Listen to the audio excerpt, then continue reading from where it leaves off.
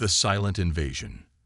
The skies above New Shanghai burned crimson as the Vargan warships descended through the atmosphere. Captain Maya Chen watched from the relative safety of lunar outpost Artemis, her fingers gripping the edge of the observatory console until her knuckles turned white. The invasion they had feared for weeks was finally happening. "Status report," she demanded, her voice steady despite the chaos unfolding on the screens before her. Lieutenant Kaido Nakamura's fingers flew across his terminal. "Vargan ships have breached our orbital defense grid. They're targeting major population centers and military installations simultaneously. Beijing, Moscow, Washington. They're all under attack." Maya had known this day might come ever since the long-range sensors had detected the massive alien fleet entering the solar system 3 months ago. First contact had gone poorly. The Vargan admiral, a towering figure with iridescent scales and multiple sets of compound eyes, had made their intentions clear. Earth would submit or be conquered. Humanity had refused to kneel. Now they were paying the price. "What about our counteroffensive?" Maya asked, though she already suspected the answer. "The orbital defense platforms are down. The Mars fleet has been neutralized. Earth's ground forces are mobilizing." But Kaido's voice trailed off. "But they don't stand a chance against Vargan technology," Maya finished for him. "The aliens' directed energy weapons and gravitational manipulation technology were centuries beyond Earth's most advanced systems." Dr. Elena Rodriguez, the outpost's chief xenobiologist, looked up from her own terminal. "The Vargan biological readings we've been collecting. There's something here we might be able to use." Maya moved to Elena's station. "Show me." The screen displayed complex molecular structures and biological readings from the limited Vargan samples they had managed to collect during the failed diplomatic missions. "Their cellular structure is unlike anything we've seen," Elena explained, pointing to specific anomalies in the data. "They've evolved in an environment with almost no electromagnetic radiation compared to Earth. Their cells have no natural defense against certain frequencies of radiation that are harmless to humans." Maya's mind raced with possibilities. "Could we weaponize that?" "Not with conventional weapons," Elena said. "But if we could generate a specific frequency of microwave radiation and distribute it globally." "We don't have the infrastructure for that anymore," Kaido interrupted, gesturing to the screens showing destruction raining down on Earth.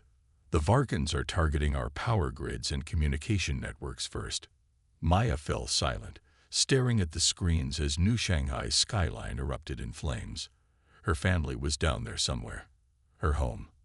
Everything humanity had built over thousands of years was being systematically destroyed by creatures who saw them as nothing more than an inconvenience. Then it hit her. "We don't need conventional infrastructure." Kaido and Elena looked at her questioningly.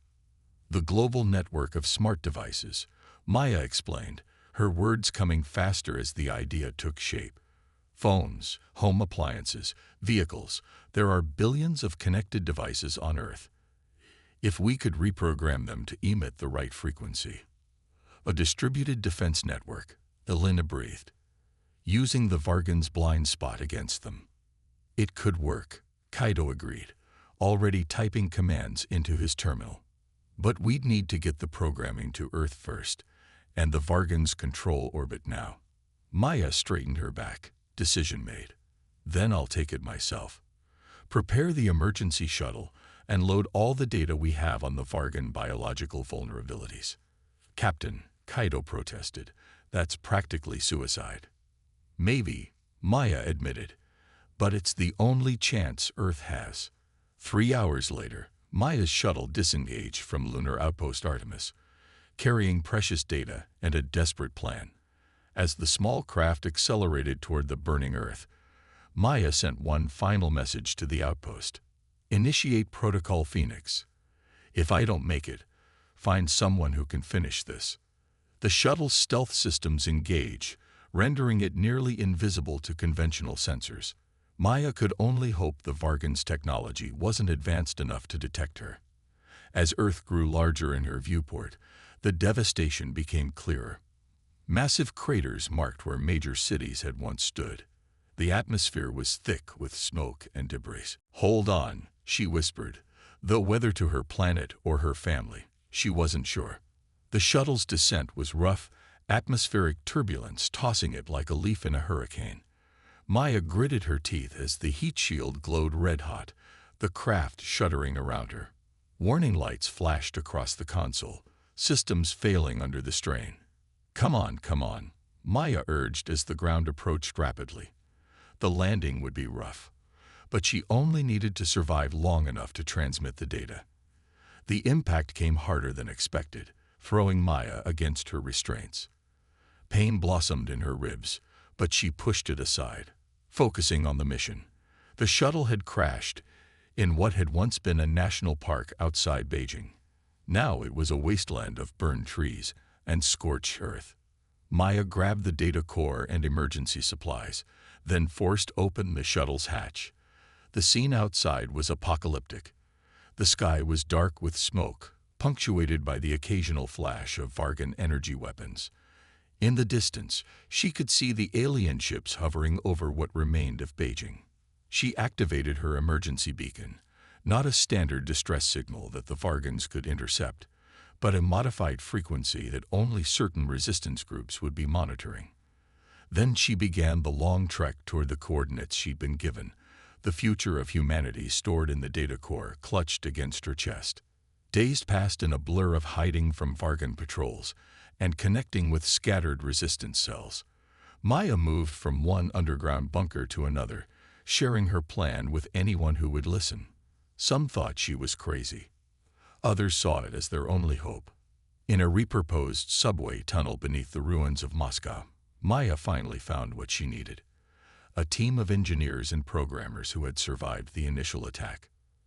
"You want to turn every smart device on the planet into a weapon?"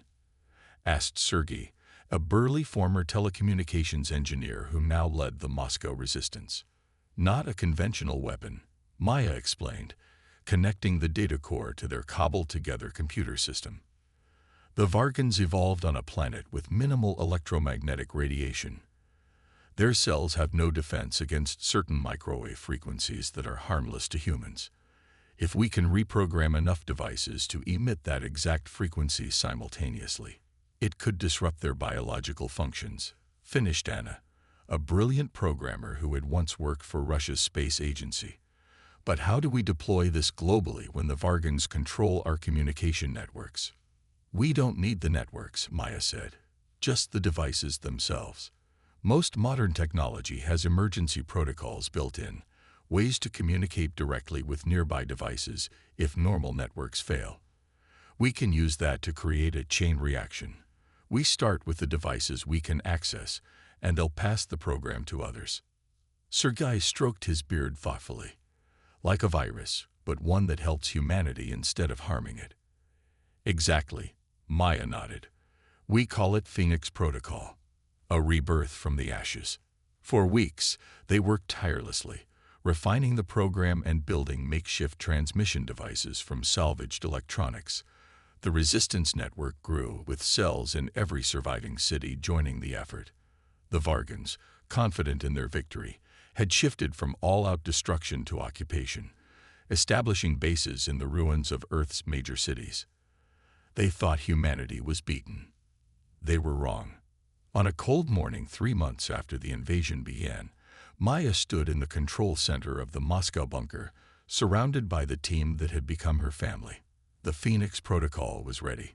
"Are we sure this won't harm humans?" Anna asked, her finger hovering over the activation key.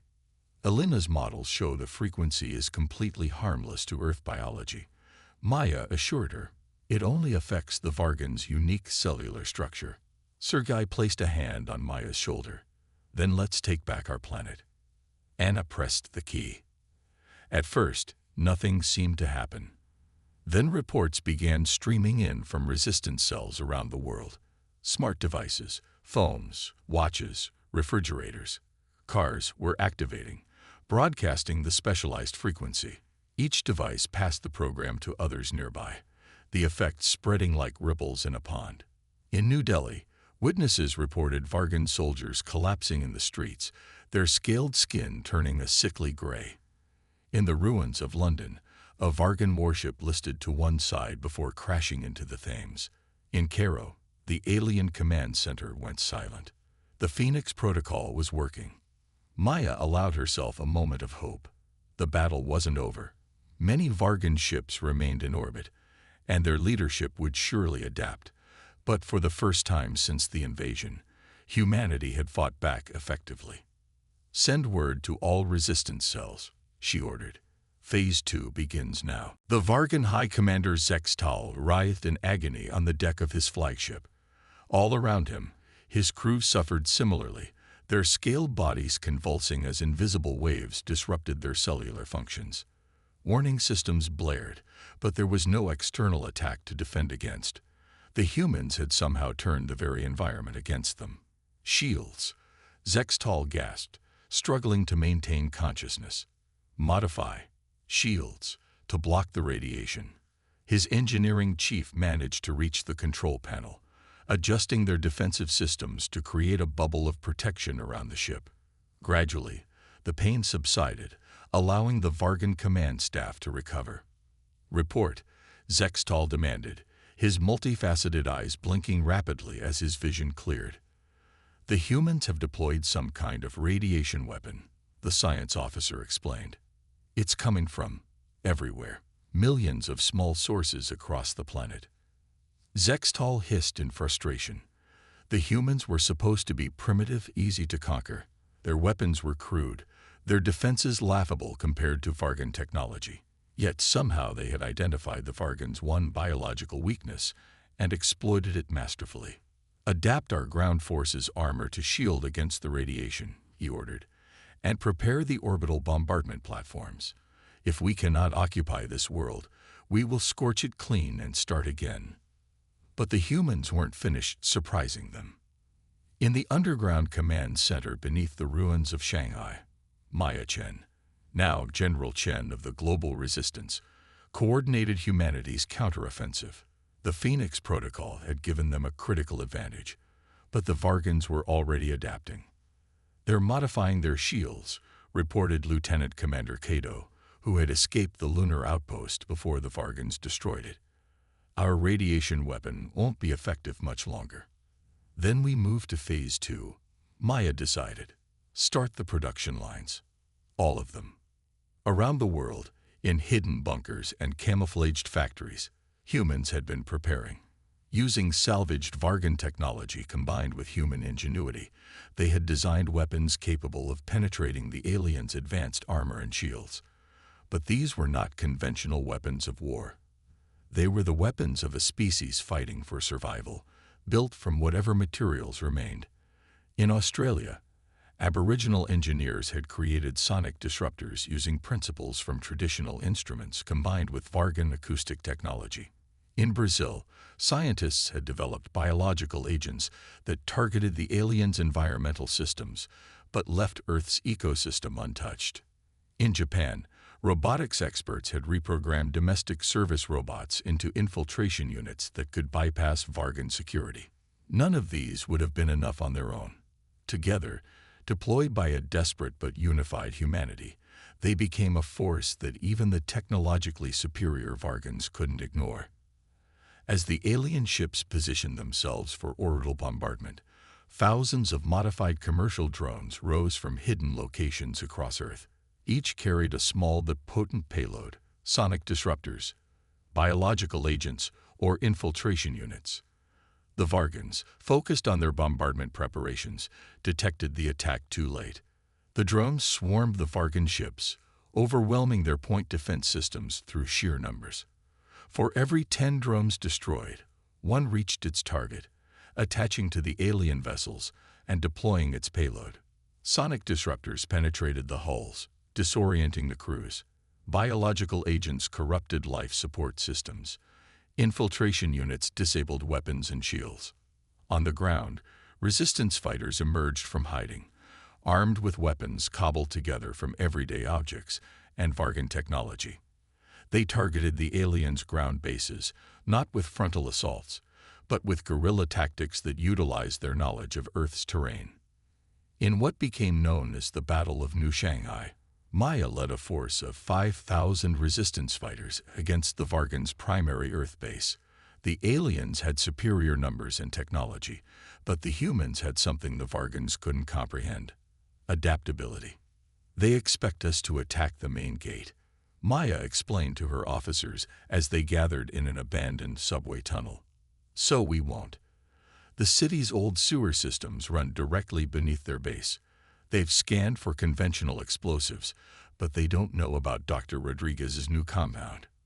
Elena, who had joined Maya on Earth after the lunar outpost fell, held up a container of seemingly ordinary water. "It's not an explosive, exactly. It's a catalyst. When it interacts with the specific alloy the Vargans use in their structures, it triggers a molecular breakdown. Their buildings will essentially disintegrate from the foundation up. And once they're in chaos," Maya continued, "we attack from all sides simultaneously, using the sonic weapons to disrupt their communications. Without coordination, their technological advantage means nothing." The plan worked better than they could have hoped. As the Vargan base collapsed into chaos, resistance fighters swarmed in from all directions. The aliens, disoriented and unable to coordinate, fell back in disarray. For the first time, humans captured significant numbers of Vargan soldiers and intact technology. In orbit, the situation was equally dire for the invaders. Nearly half their fleet had been disabled by the drone attacks, and the remainder were struggling to maintain basic functions as infiltration units sabotaged critical systems. Aboard his flagship, Commander Zextel faced a decision that no Vargan commander had made in centuries: retreat. "These humans," he snarled to his executive officer. "They were supposed to be primitive. Weak. How have they done this?" The executive officer, whose scales had turned permanently gray from exposure to the radiation weapon, had no answer. Zextal opened a communication channel to all remaining Vargan forces. "This is High Commander Zextal. All units, prepare for immediate withdrawal. We cannot hold this world." As the Vargan ships limped away from Earth, humanity celebrated its first victory. But Maya Chen knew the war wasn't over. "They'll be back," she warned the newly formed Global Defense Council. "And next time, they'll be prepared for our tactics." "Then we'll have new tactics," Elena replied confidently. "That's what they don't understand about humans. We never stop adapting." In the months that followed, humanity rebuilt. Using captured Vargan technology, they developed new defenses and weapons. They established early warning systems throughout the solar system. And most importantly, they remained unified, the old national boundaries and conflicts forgotten in the face of a common enemy. 1 year after the invasion, Maya stood on the observation deck of the new orbital defense station, Phoenix, watching Earth rotate peacefully below. The scars of the invasion were still visible: cratered cities, vast burned areas. But new growth was already reclaiming the damaged land. "General Chen," Kaido called from his station, "we're receiving a transmission." "It's not Vargan." Maya joined him at the communications array. "Source: a system called Proxima Centauri. It's another alien species." The message, once translated, was simple: "We watched. We saw what you did. The Vargan Imperium has conquered 100 worlds. You are the first to drive them back. We would like to talk." Maya smiled for what felt like the first time in years. "Send a response. Tell them Earth is ready for diplomatic relations." As she looked back at her homeworld, Maya reflected on everything humanity had endured. The Vargans had thought conquest would be easy. They had seen Earth's relatively primitive technology and assumed victory was assured. They hadn't understood what truly made humans dangerous: not their weapons or their technology, but their indomitable spirit and infinite adaptability. When pushed to the brink of extinction, humanity hadn't surrendered. They had evolved. And now, they were ready to take their place among the stars.